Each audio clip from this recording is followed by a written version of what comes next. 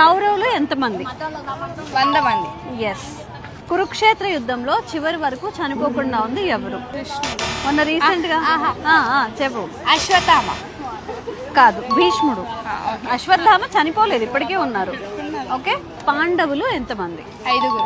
Yes, correct. పాండవులు అజ్ఞాతవాసంలో ఉన్నారు కదా, అజ్ఞాతవాసంలో ఉన్నప్పుడు ఎవరి రాజ్యంలో ఉన్నారు?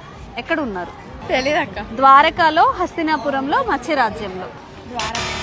మత్స్యరాజ్యంలో ఉన్నారు.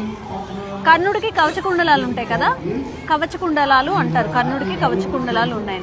ఆయన ఒకరి కోసం త్యాగం చేశారు. ఎవరి కోసం చేశారు? ఆప్షన్స్ చెప్పనా?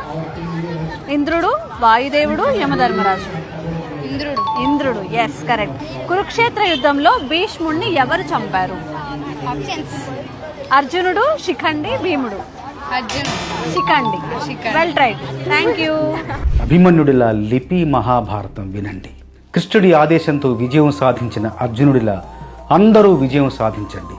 ఇది ఆట మాత్రమే కాదు, మన జీవితానికి బాట కూడా. మహాభారతాన్ని చిన్న చిన్న కథలలో 18 పర్వాలని తెలుసుకోండి. మేమందించే ప్రశ్నలతో క్విజ్ ఆడండి. అన్ని పర్వాలు పూర్తి చేసి సర్టిఫికేట్ పొందండి. ఇప్పుడే డౌన్లోడ్ చేసుకోండి లిపి ఎపిక్స్ అండ్ వర్డ్ గేమ్స్.